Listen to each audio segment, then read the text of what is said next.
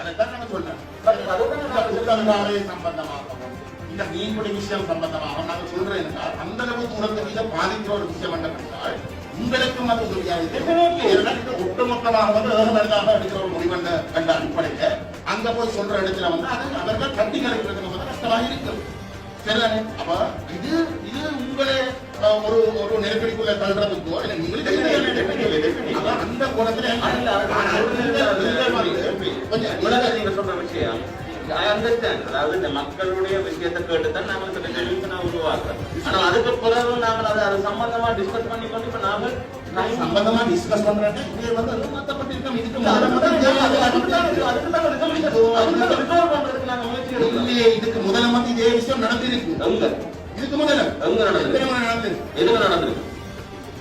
உங்களுக்கு முதல்ல இந்த அரசாங்கத்திலே இந்த கூட்டத்தில் இப்படி ஒரு கூட்டத்தில்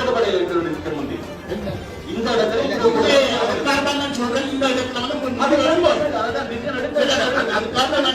முடிவெடுக்காமல் வந்து பேசப்படுறதா சொல்லி வந்து ஒவ்வொரு இடத்துல வந்து நீங்க கொண்டு போய் நீங்க முடிவெடுக்கிறதுல என்ன பிரச்சனை நீங்க சொன்னது இப்ப அடுத்த சொன்னாங்க இப்ப என்ன என்ன முடிவு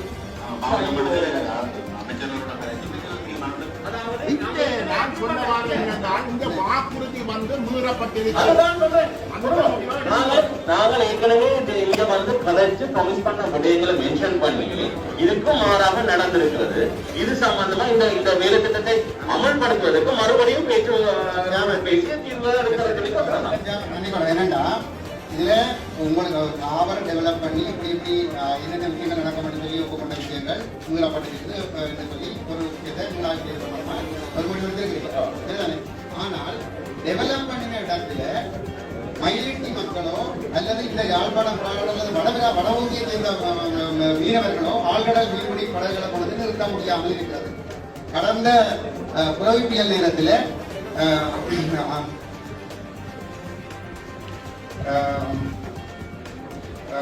ஜோர்ஜ் லிவிங்ஸ்டன் என்று சொல்லப்படுகிறவருக்கு சொந்தமான 38 அடி நீளமான ஒரு படகு இவர்கள் இந்த சிங்கள மீனவர்கள் ஆக்கிரமிப்பால வந்து அவர் அவங்களை பள்ளி கட்டி இருந்த இடத்துல வந்து முழுமையா இங்கு போய் என்ன சொல்லி சொன்னால் ஒரு விரல்விட்டு எண்ணக்கூடியவர்கள் தான் இந்த யுத்தத்துக்கு பின்னால அரசாங்கத்தின் உதவியும் இல்லாமல் இப்படிப்பட்ட பெரிய படகுகளை வந்து சொந்த முதல்ல வாங்கியிருக்கிறார்கள். அந்த படகுல ஒன்று அதிலே அழிந்து போயிருக்கு. பதிவு செய்யப்பட்டு இந்த வரைக்கும் அவருக்கு ஒரு சதவீதம் கொடுக்கப்படவும் இல்லை. கடற்தொழில் அமைச்சரை சந்திக்கிறதுக்கு முயற்சி செய்து இந்த வரைக்கும் அவரை சந்திக்கவும் முடியல. அந்த இடத்துல ஆழ்கடல்ல 1 மாதம் 2 மாதம் இந்த மீன் பிடிச்சு போட்டு வந்து இந்த சிங்கள மீனவர்கள் படகுகளை கட்டி போட்டு மீனை இறக்கி நல்ல பட ஆபத்துக்கு வைத்து போட்டு அதிலேயே படகை கட்டி போட்டு வந்து அவர்கள் விவசாயத்துக்கு போயிடும். அப்ப இதுக்கு என்ன பதில்? அங்க சிங்கள மீனவர்கள் அந்த துறைமுகத்துக்கு சொந்தமானவன் என்ன செய்யறாருன்னு சொல்லி சொன்னால் சின்ன படகுகள்ல அந்த சிறிய படகுகளை கொண்டு போய் அந்த அணையோட கட்டி இருக்கிறார்கள். அதுல புதுப்பட்டு அது சேதப்படுது. அவர்கள் அந்த படகுக்கு தேவையான எண்ணெய் கொண்டு போறதுக்கு கட்டாந்தரைகளால கல்லு முள்ளு பாறைகளால நடந்து போக வேண்டியிருக்கு. அப்ப என்று சொல்லி சொன்னால்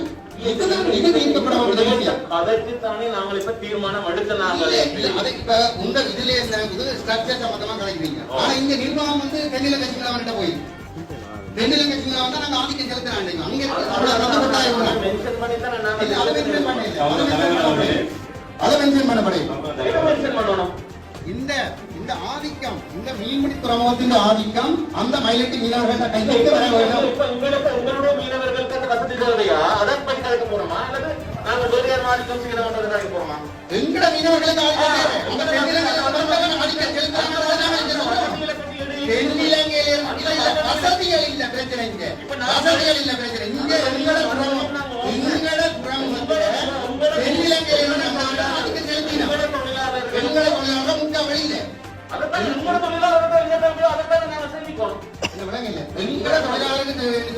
மூடி மறைக்கிறீங்க. இன்றைக்கு சரி இப்ப கட்டப்பட்டிருக்கிற இடத்துல வந்து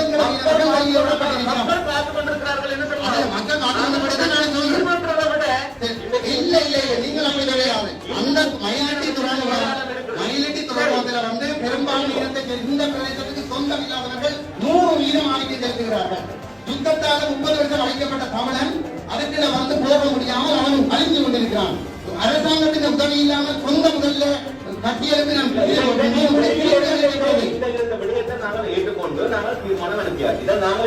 பண்ணி இதை பொலிட்டிக்கலா செய்து கொண்டு வந்தால் அதை தொடர்ச்சியா செய்து கொண்டிருக்கலாம். அதுல வந்தா கைதட்டலையும் நாங்க சொல்றேன் செய்ய சொல்லி அது அந்த வீரர்களோட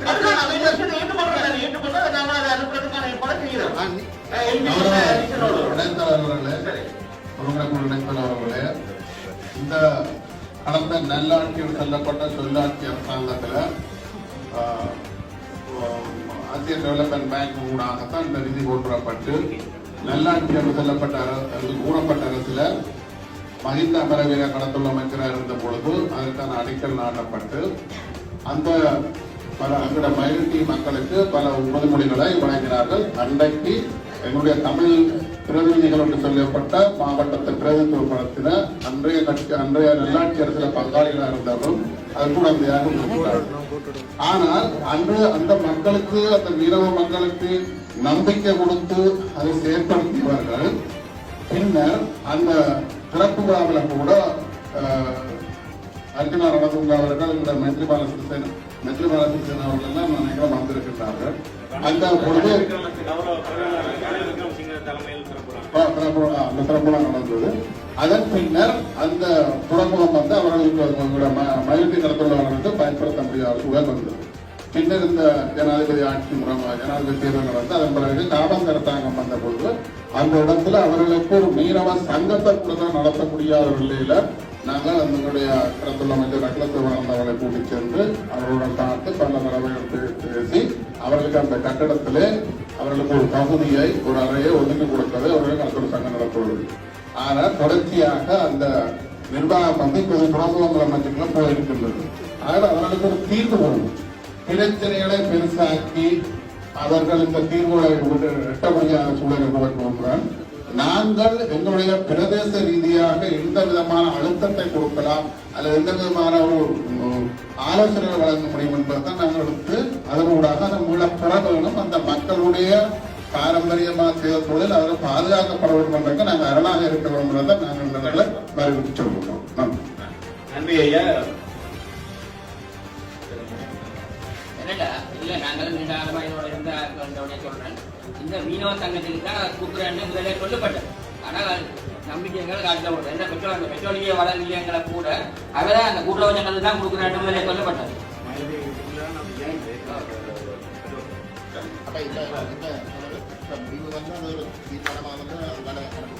அதாவது நாங்கள் ஏற்கனவே பதற்ற விஷயங்கள் நடைமுறைப்படுத்தப்படவில்லை. அதனால இதை திருப்பி ரீவிசிட் பண்றதுக்கு ராஜாங்க அமைச்சர் அவர்களோட ஒரு நேரம் அமைச்சு நாங்கள் ஸ்டேக் ஹோல்டர்ஸோட அது அந்த கட்டமைப்பு மட்டுமல்ல நிர்வாகம் கடத்தொழில் ஸ்டேக் ஹோல்டர்ஸ் வேணும் என்றதும் சொல்லப்படலாம். கௌரவ தலைவர் அவர்களே, ஏன்னா நீங்க சொல்றதுள்ள பங்குதாரர்களாக தான் நாங்கள் இருக்கின்றோம். இதுவரை காவல் அபிவிருத்தி குழு என்ற பெயரில் ஒரு குழு நியமிக்கப்பட்டு நான் பொருளாளராக இருக்கின்றேன். இந்த முடிவுல இருக்கிற கடத்தொழிலாளர் சங்கம் உள்வாங்கப்பட்டிருக்கின்றது அந்த காவல் நிர்வாகத்தில். ஆனால் இதுவரை அங்கே நாங்கள் காவல் முகாமையாளர் அவருக்கு வந்து அதிகாரம் இல்லை. அவர் அங்கே சொல்வதை மட்டும்தான் செய்கின்றார். அதாவது அந்த ஒரு விடயத்துல இந்த விடயத்தில் இதுக்கான ஒரு தீர்வை நாங்கள் பெற வேண்டும் என்பதற்காக இவ்வளவு தூரம் போராடி கொண்டிருக்கிறோம். இந்த விடயத்தை கூட்டாளர்கள் நாங்களும் போராடி கொண்டிருக்கிறோம். அந்த வாக்குறுதியை இப்ப எல்லோருமே மக்கள் பிரதிநிதிகள் எல்லோருமே என்னென்று சொன்னால் இது வெறுமனே வந்து கடந்த காலங்களில் என்னுடைய அனுபவம் கடந்த கூட்டங்கள் சென்று வந்து பின்னர் கேட்பார்கள் உங்களுக்கு என்ன ஆதாரம் இருக்கு அவரை சொன்னதுக்கு என்ன ஆதாரம் இருக்கின்றது அப்படியான சம்பவங்களும் இருக்குது. அதிகாரிகளும் சரி அப்படி சொன்னதுக்கு உங்கள்ட்ட என்ன ஆதாரம் இருக்குன்னா நாங்கள் சரியாக தான் ரெக்கார்ட் பண்ணி கொண்டு போகணும். இன்னும் 2 விஷயம் ரெக்கார்ட் பண்ணிட்டு போகணும். அந்த அளவுக்கு நாங்கள் இருப்பீங்க. அதனால நீங்க எல்லாருமே இதுல வந்து எங்களோட மைனாரிட்டி மக்களுக்கு நன்றி. அதாவது அந்த மைனாரிட்டி கடத்தொழிலாளர் கூட்டுறவு சங்கங்களுடன் அவர்கள் அன்று அந்த ஏசியன் டெவலப்மெண்ட் அந்த ஆரம்பிக்கின்ற பொழுது என்ன விதமான உறுதிமொழிகளை வழங்கினார்களோ அல்ல எந்த விதமான உடன்பாடுகளை மேற்கொண்டார்களோ அது நடைமுறைப்படுத்தப்பட வேண்டும் என்பதை வலிகாமம் வழக்கு பிரதேச ஒருங்கிணைப்பு கூட்டத்தில் வலியுறுத்தப்படுகின்றது. நீங்கள் அதே நேரம் நான் இந்த இடத்துல ஒரு யாழ் மாவட்டத்துல இருக்கிற ஒரு அமைச்சர் வந்திருக்கிறபடியே இதையும் நீங்கள் அமைச்சருக்கு தான் வருற. அதனால இந்த விடயத்தை நாங்கள் உண்மையிலேயே நாங்கள் அங்க கொண்டு போக தேவையில்லை. இதை நீங்கள் கொஞ்சம்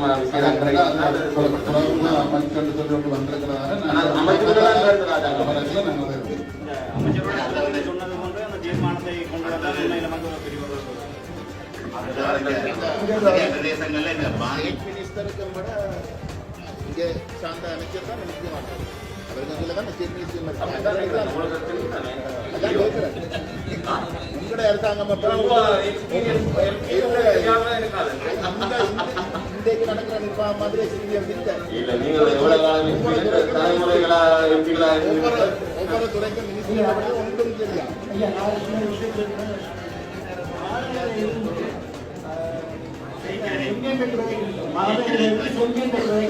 மூணு பெரிய முதலாளிகள் ஒன்று வந்து கேவிக்கு முதலாளி கேவிக்கு அடுத்தது என்ன சார் அடுத்தது அந்த குமர ஓட்டம் அந்த குமர வரும் இந்த மூன்று பேருக்கு போட்டு நொடியல் தான் இதில் வந்து இருந்து போகணும் குறைஞ்சிருக்கும். இப்போ இயக்க நொடிய கிட்டத்தட்ட 25-30 நொடிய போனது.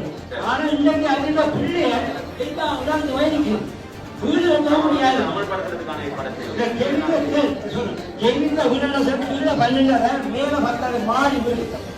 அப்ப அந்த மாடு தேவைப்பட்ட இப்ப வீடு கட்ட கூட காசு 1000. அதே மாதிரி என்னுடைய மேல்மாநிலத்தில் பரிமாற்ற யாழ்ப்பாணத்திலேயே என்னுடைய வீடு முதல் ரேசி போட்ட